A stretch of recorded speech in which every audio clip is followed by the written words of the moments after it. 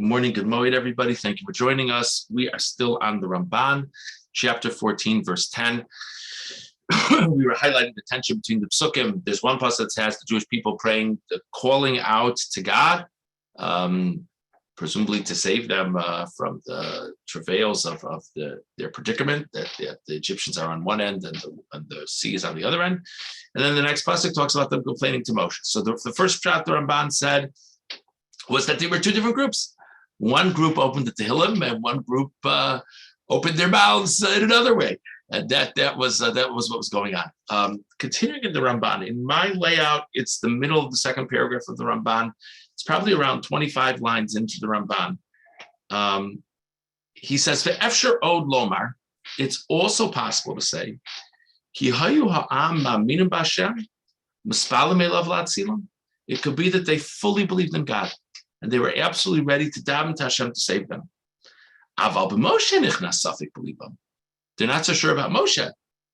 Pen yotziam limshol aleim. Maybe this whole plan to take the Jews out of Egypt is just because Moshe wants to be in charge. So they have suspicions about Moshe. How could you have suspicions about Moshe? They saw these signs and wonders which occurred.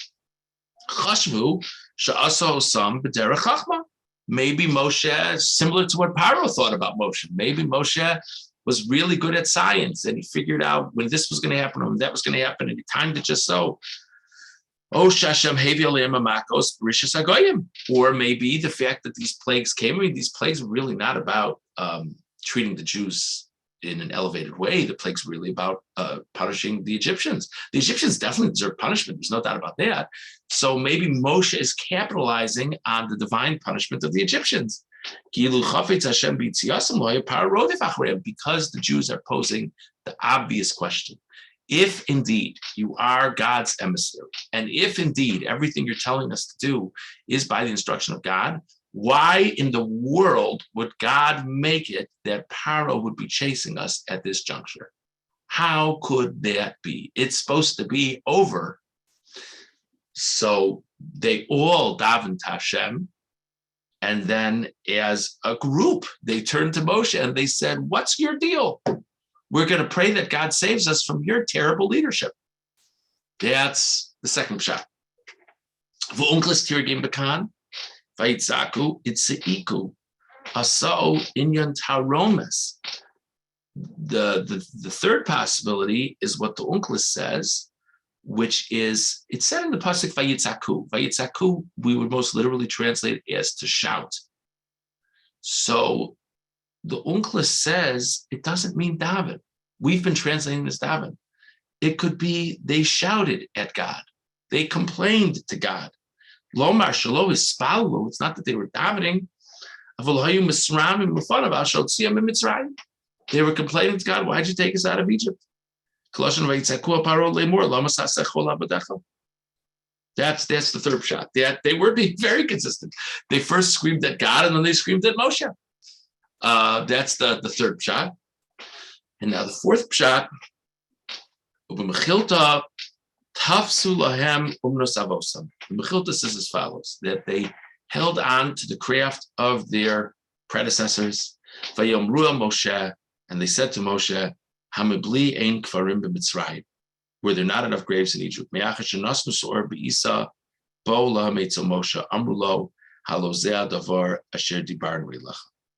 So, once the Yetzer Hara got going, they said to Moshe, what is this that you've done to us? The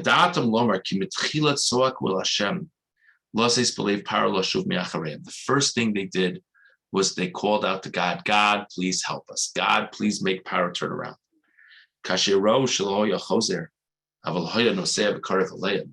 And when they saw that Paro was not turning back and it kept on coming, Az amru lo niskabla tfilaseinu. V'nichnasa b'libo machshava ra lahara achrei Moshe kasher batchila. The final pshat the Ramban is saying over here from the Medrash is they all davened wholeheartedly to God. They finished their inspiring prayer session, and then they saw the Egyptians were still coming. And so they said to themselves, obviously our prayers haven't been answered. Moshe, what in the world are you doing? So they were sure that their prayers were not going to be answered. And of course, if they only wait a moment longer, relatively speaking, they'd see the most remarkable miracles occur.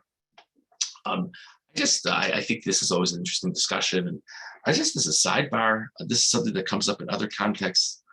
They knew exactly what they needed to daven for, according to this medrash, according to Ramban's understanding of the medrash. They needed to daven the power would turn around. And they needed to help God figure out the solution. And the solution was that power should turn around. And once that wasn't happening, there's no hope. This is always an interesting thing. People talk about, I'm not sure exactly what to daven for. I'm not sure if I should daven that this should happen. I'm not sure if I should daven that that should happen. Well, the bottom line is we don't really know very well what's the best. I mean, God's actually a lot smarter than we are. And I think this is a good example to think of, that in situations, the best thing is to daven, Hashem, please help make this situation better. You can figure out better than I can what the best way to make this situation better is. God's very creative. He doesn't need us to tell him exactly what to do. But I just think that this is somewhat instructive in that regard. So I just want to review real fast before we go on to the next topic. One shot was that some people davened and some people complained. One shot was that they all fully davened Hashem, but their suspicion wasn't in God. Their suspicion was in Moshe. Maybe Moshe is not really the legitimate leader of their people. That's the second. The third possibility is maybe they weren't davening to God at all. Maybe they were complaining to God.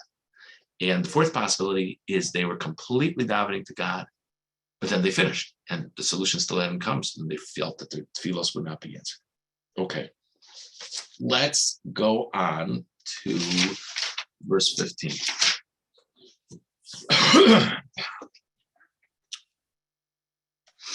famous response from God. Vayomer Hashem el Moshe, ma titzak elai.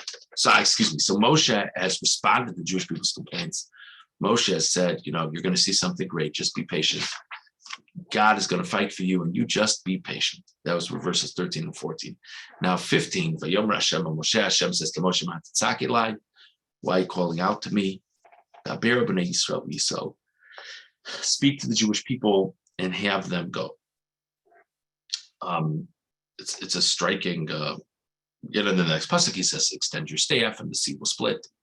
Okay, it's a striking thing. First of all, it jumps out at us, that he was essentially criticized for prayer, which is an interesting thing. Just a more technical question: it doesn't seem that Moshe was davening to Hashem. God says to Moshe, "Why are you screaming out to me?" Look, where does it say in the pasuk that Moshe was calling out to God? Moshe just told the Jewish people God's going to take care of it. And by the way, I want to remind everybody of Psukim we saw earlier in the week, which is God tells Moshe this is all a setup. That, Paro's going to come, Paro's going to chase you, and I'm going to be glorified by what happens next. So Moshe is basing himself on this. Moshe says to the Jewish people, I know a little more than you do about this. I'm telling you, there's something great coming around the bend. That's all that it said in the Psukim. So why does God send you to Moshe? What are you calling out to me for? Ramban Pasuk Tesvav, Ma titzak elai. Amar Reb Avram ki Moshe keneged kol Yisrael shayu tzoakim lo. So actually, when God says, "Why are you calling to me?" even though titzak is in the singular, why are you singular calling to me? It's actually not talking about what Moshe is doing. He's talking about what the Jewish people have been doing. That the solution is not to daven. They're all daven. The solution is not to daven. V'im kain lama amar ma titzak elai roy lem litzel. And it's difficult to understand. What does it mean? Why are you calling out to me? Of course they should call out to you. Maybe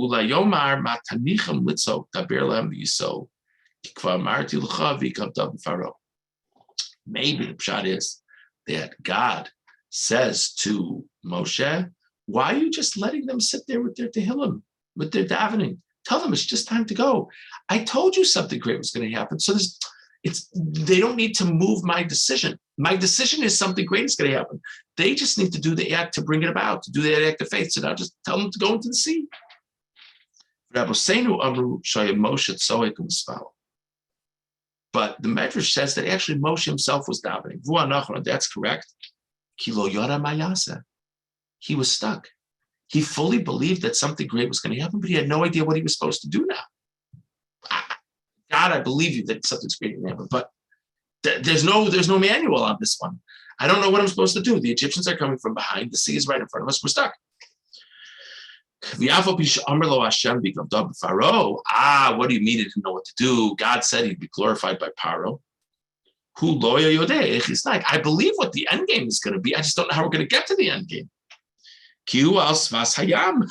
Moshe and the people are at the edge of the sea, and the enemy is chasing them. So he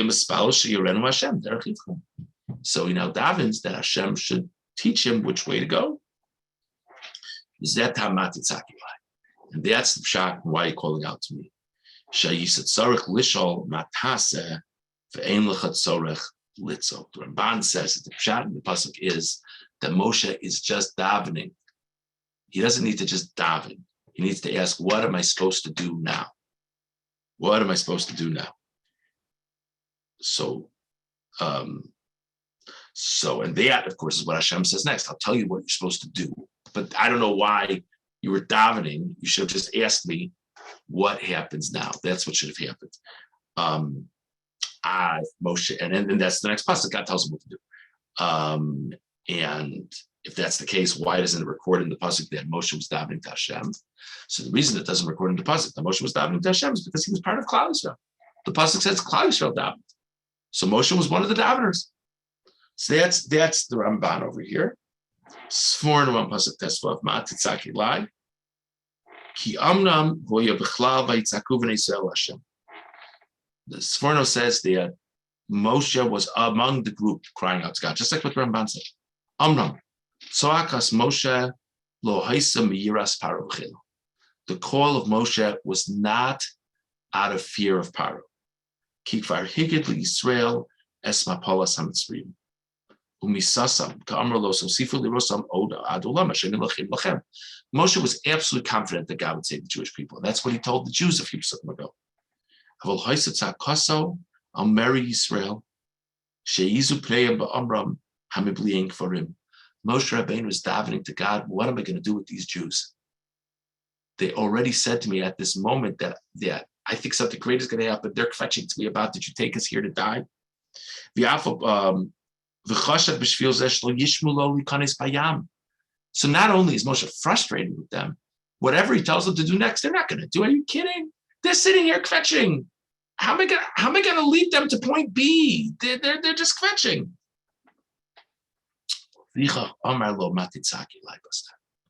So therefore, God says to them, what are you calling out to me? What are you davening to me? Ki amnam ata choshe b'ksherim. You are unfairly suspecting good people. Daber b'nei Yisrael v'yisau. Speak to the Jewish people and they will go. V'lo yamru es picha. They will not rebel against you. They will not rebel against you. Have confidence in them. You as a leader not only need to show the way, you need to have confidence in yourself, in your people. So that's a very different shot. So the Ramban is saying that it's not a time for davening, it's time for practical action. You should have been asking me what to do. Sforno is saying a totally different thing. Don't daven to me. What will you do with these people? You tell them what to do and they'll follow you just fine. So we discussed the Ramban regarding understanding who is doing what among the people. And now we discussed the Ramban and the Sforno regarding the exchange between Hashem and Moshe over what should be done.